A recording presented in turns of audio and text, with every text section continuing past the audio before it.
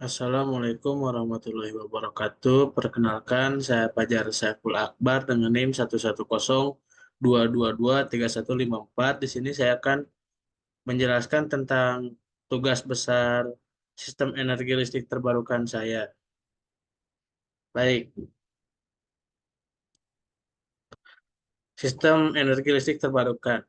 Sistem energi listrik terbarukan adalah sistem yang menghasilkan energi listrik menggunakan sumber daya alam yang dapat diperbarui secara berkelanjutan. Sumber daya alam ini diantaranya adalah energi matahari, angin, air, panas bumi, dan biomasa. Hal ini bertujuan untuk mengurangi ketergantungan terhadap sumber daya energi fosil yang terbatas. Berikut adalah beberapa contoh dari sistem energi listrik terbarukan.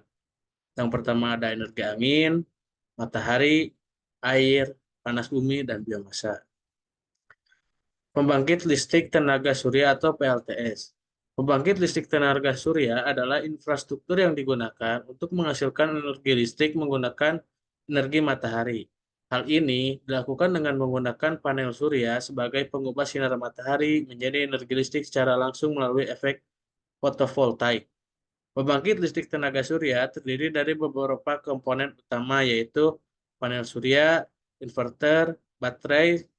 Itu untuk baterai sebagai opsional karena ada sistem on-grid dan off-grid. Lalu yang terakhir yaitu meter dan koneksi ke jaringan listrik. Keuntungan dari panel surya yang pertama ada energi bersih dan ramah lingkungan. Pembangkit listrik tenaga surya tidak menghasilkan emisi gas rumah kaca atau polusi udara selama operasionalnya. Yang kedua, merupakan sumber energi terbarukan. Matahari adalah sumber energi yang tak terbatas dan dapat diperbarui dengan memanfaatkannya. Kita dapat mengurangi ketergantungan pada sumber daya energi fosil yang terbatas. Yang ketiga, biaya operasional yang rendah. Setelah instalasi awal, biaya operasional pembangkit listrik tenaga surya cenderung rendah karena matahari sebagai sumber daya utama bebas biaya. Yang keempat, itu biaya eh, sistem tenaga surya dapat diukur sesuai dengan kebutuhan penggunaan, mulai dari sistem kecil untuk rumah tangga hingga pembangkit listrik tenaga surya komersial atau skala utilitas yang besar. Selain dari keuntungan yang tadi saya sebut, terdapat juga mungkin beberapa kekurangan atau pertimbangan untuk melakukan atau membuat pembangkit listrik tenaga surya, diantaranya efisiensi, yang kedua faktor cuaca atau iklim, dan banyak hal lainnya. Yang lalu kita di sini menggunakan VVSys untuk menentukan berapa besar atau butuh berapa banyak panel surya yang dilakukan di rumah kita. VVSys sendiri adalah perangkat lunak atau software yang digunakan untuk perencanaan, analisis, dan simulasi sistem tenaga surya.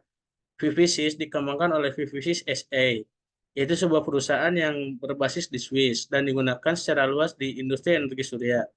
Berikut merupakan beberapa fitur yang berguna dalam proses perancangan evaluasi sistem tenaga surya, yaitu pertama pemetaan lokasi, perencanaan sistem, simulasi kerja, analisis keuangan, dan laporan presentasi. Berikut adalah hasil perhitungan saya. Di sini terdapat data yaitu KWH atau biaya tagihan listrik per bulan dari rumah saya. Lalu di sebelah sini kita terdapat eh, menghitung atau berapa banyak panel surya yang dibutuhkan untuk rumah kita. Seperti pada hitungan ini kita menggunakan atau membutuhkan panel surya sebesar 300 WP dan SCC-nya yaitu sebesar 120 ampere. Jadi eh, apabila kita menggunakan baterai, kita membutuhkan 4 buah baterai paralel dan 4 buah baterai seri. Jadi total baterai adalah 4 kali 4 sama dengan 16 buah baterai. Sekian dari saya, mohon maaf bila ada kesalahan. Wassalamualaikum warahmatullahi wabarakatuh.